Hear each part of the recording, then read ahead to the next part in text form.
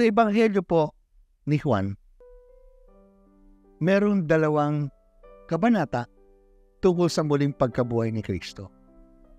At itong pangalawang ito, hindi natin makikita sa 3 Ebanghelyo ni Lucas, Marco, at Mateo. Bakit kaya merong ganitong paglalahad? Kasi napakahalaga ayon kay Juan na sa kabila ng pagbitray sa pagbitray kay Hesukristo ni Pedro, ni Simon Pedro, binalikan siya. Hindi po ending sa buhay ni Pedro, inabandona siya ni Kristo. So mahalaga sa Ebanghelistang Juan na hindi lang si Jesus ang muling nabuhay. Niresurrect niya ang person, ang pagkatao, ang pagiging tunay na primacy of Peter. Na ngayon, yan ang poder po, yan po ang posisyon ng Santo Papa ng ating Katolikong religion. Bakit? Yon. Sa pangalawang episode po ng muling pagkabuhay, sabi ni Pedro, babalik na lang ako sa pangangawil. I'll go back to fishing. At sabi ng ilang 6 na apostoles, sama kami. Sama kami. Diyan napunta tuloy si Tomas, si Nathaniel ng Cana, 2 magkapatid na sina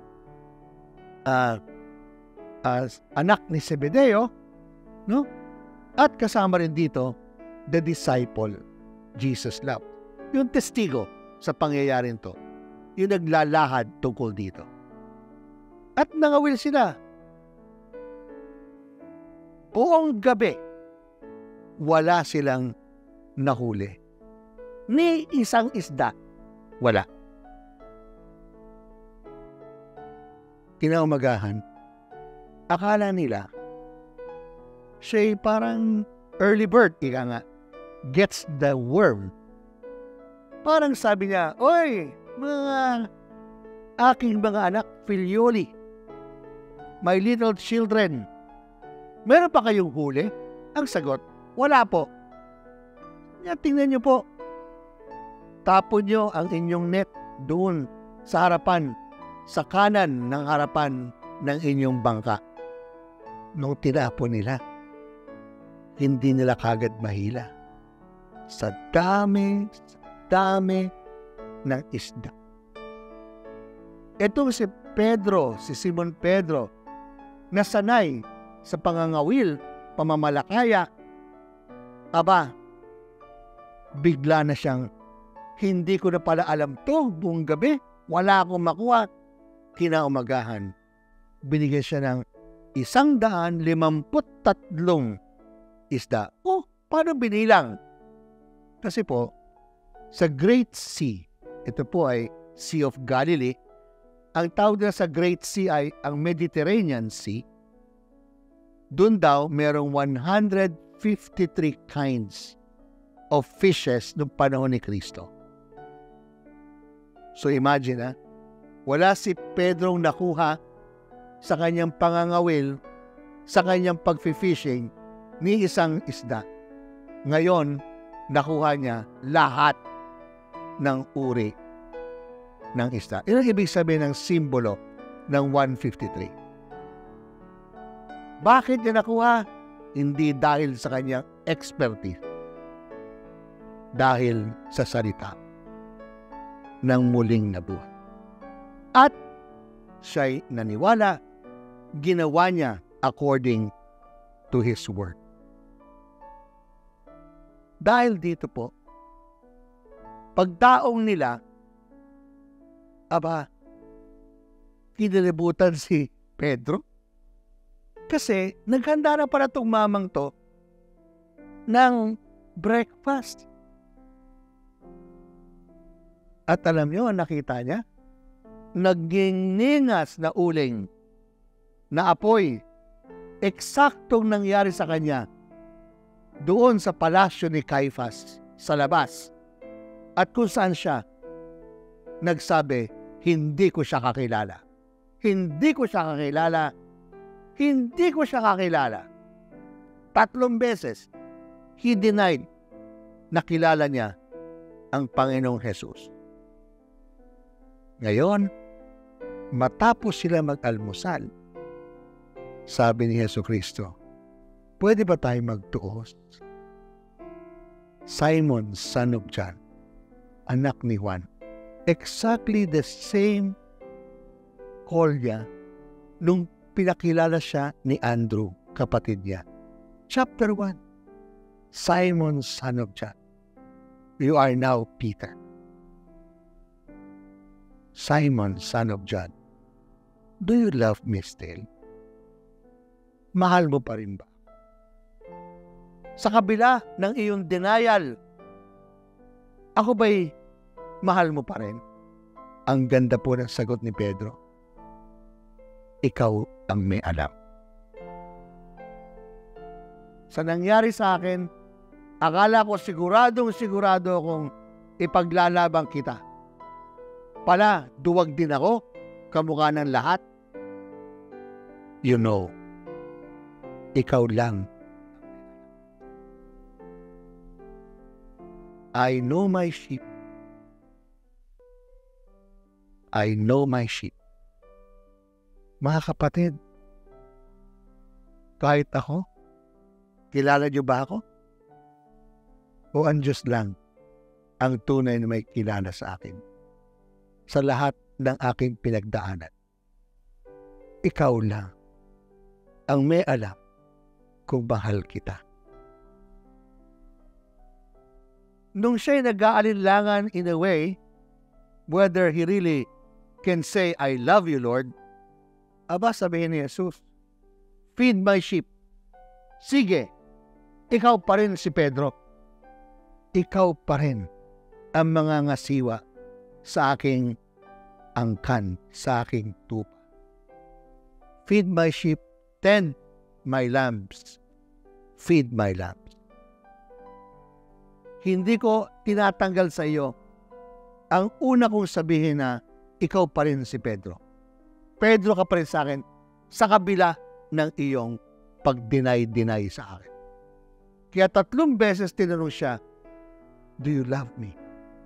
Sa pangatlo, sabi niya, you know everything. Ikaw lang po ang may alam ng lahat. Ikaw lang. At dahil doon, natanggap ang tiwala ni Jesus na sa kabila ng kanyang paglikas, paglayo, at sabihin, hindi mo ko kakilala. At ngayon, nag-aalinlangan ka talaga kung ako'y mahal mo. Hindi mo masabi ng sagaran, ako? Huwag mo akong tanungin kung mahal kita. Hindi ko lang ikaw ay mahal. Pinagkakatiwalaan ka. Pinagkakatiwalaan kita, Pedro. Sa iyong kahinaan, nagtitiwala ako sa iyo. Sa dami-dami po ng mga Santo Papa na nangyari sa kasaysayan ng simbahan, hindi po naman lahat magagaling, hindi po lahat banal, hindi po lahat mauusay. Pero alam ng Diyos, pagkakatiwalaan niya ang tao. Alam niyo po ba, nung si Jesus ay pumunta sa langit, ascension, di ba? Ang sabi-sabi, si Gabriel ang nagbukas ng pintuan. Bakit? Wala pa si Pedro. So nung binuksan niya ang pintuan sa langit kasi si Kristo ay papanaog na, alam niyo, ginawa daw ng anghel. Wide open ang kanyang wings. Gusto niyang i-embrace ang Panginoon. At binalikan siya ni Jesus ng the same gesture. Pinakita sa kanya ni Jesus, wide open ang kanyang mga kamay sa parang embrace ng anghel. Tapos sabi ng anghel, wow, nakita niya ang mga sugat ni Jesus. 2 kamay, 2 paa, tagiliran. Sabi niya, talagang mahal mo itong mga taon to, no? Ha? He loved his own. He loved them to the very end. John chapter 13, verse 2. Sa kabila ng pagbitray sa kanya, mahal pa rin niya ang tao. So sabi ng anghel, marahil si Gabriel, siya naman nag-announce sa mahal na biren na siya'y maglilihi. Sabi niya, so ngayon, lahat ng tao, alam na mahal mo siya. Sila. Sabi ni Jesus, hello, anghel, konti lang, hindi naman lahat. Ano? Sabi ko, sa mga konting nakakilala sa akin muling nabuhay, sila ngayon ang mahala. Sila na ngayon ang bahala. Ipalaganap na ako'y namatay pero muling nabuhay. Sabi ni Gabriel ng anghel, pambihira ka naman. Sa tagal-tagal ng panahon, paniwala ka pa rin sa mga taong palaging, inaalisan ka. Hindi nagiging tapat sa'yo. Hanggang ngayon ba paniwala ka sa kanila? Palagay ko naman, meron ka naman plan B, ano? Sabi daw ni Jesus, my dear angel, wala akong plan B. Ako, I rely kina Peter, kina John, kay Mary of Magdala, kay Thomas, kay Nathaniel, sa mga sons of Zebedee, doon sa beloved disciple, sa aking nanay, ang mahal na birhen, at yung iilan na nakilala kong muling nabuhay. Wala akong plan. Depende yan sa kanila. Ito po ang ibig sabihin ng muling pagkabuhay. Ang Diyos depende sa atin. Ang Diyos depende kung tayo'y maniniwala at ibang tao magiging testigo tayo sa ating paniniwala, tuloy makilala nila ang Panginoon. Ilang bayan na talagang Katoliko sa Europe, kasama na dyan Espanya, France, at Italy, wala nang masyado nagsisimba. Bakit? Kasi, yung mga nanay, yung mga lolo't lola, hindi pinasa. Mas importante sa kanila, lalo sa Italy daw, pagdating ng linggo, hindi sila nagsisimba. Dila-dila ng mga anak. Bakit? Mas mahalaga sa kanila, manood ng football game. Manood ng soccer game. Oh, paano? Di bang ang mga kabataan? Bakit? Nakadepende si Jesus po sa inyo, sa akin, para makilala na siya'y muling nabuhay. Nakadepende siya sa pag-uugali ko, sa aking pamamaraan ng pamumuhay, sa aking salita, sa aking pangangasiwa, sa aking mga agenda. Dapat ako'y an Easter person. We are an Easter people. We live the resurrection. And we witness as we speak, we teach, and we make it real. God depends on us. Tinatanggap niyo ba ang ganitong pagkakatiwala, responsibilidad na inabilin sa atin ng Panginoong Hesukristo? Ang Pilipinas ba magiging Katoliko pa rin after 50, 100 years from now? Kung ating mga kabataan, hindi natin pinapakilala ang ugali ng muling nabuhay? Yan. Kaya nga nung sinabi ni Pedro kay Jesus at tinuro niya yung beloved disciple na sabi niya, siyang testigo sa maraming bagay, sa kanyang pasyon, sa kanyang pagiging natuligsa siya doon sa palasyo ni Caiphas, simulat sa pool, sa Last Supper, hanggang sa ilalim ng krus, hanggang makita niya ang puntod na walang laman, and he saw and believed. At ngayon, it is the Lord, sabi niya. Sabi ni Peter, paano ba siya? Sino ba siya? Ba't mahal na mahal mo siya? Beloved eh. Sabi niya, ano pakialam mo? Ano pakialam mo kung andito siya hanggang sa pagbalik ko? Gawin mo ang dapat mong gawin. So sabi ng mga dalubhasa, dalawang uri ang testigo ni Jesus. There is the witness of teaching.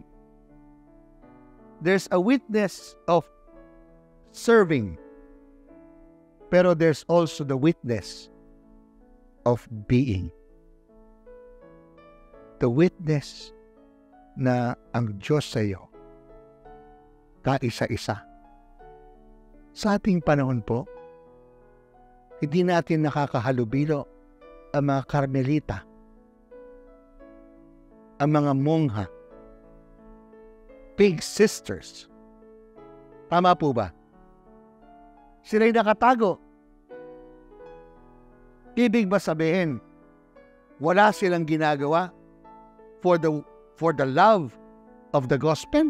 Their prayer, their silence, their being, ang kanilang pagkatao, totally para sa Diyos, yan ay isang pamamaraan ng pamumuhay Kristiyano. Contemplative love. Beholding and being present before the Blessed Sacrament is a witnessing of presence and being. Hindi naman dahil ikaw ay maraming ginagawa na apostolate, mas mabuti ka to certain other witnesses. There's a witness of service. There's a witness of simple being present. Isipin nyo na lang po, makita ka ng anak mo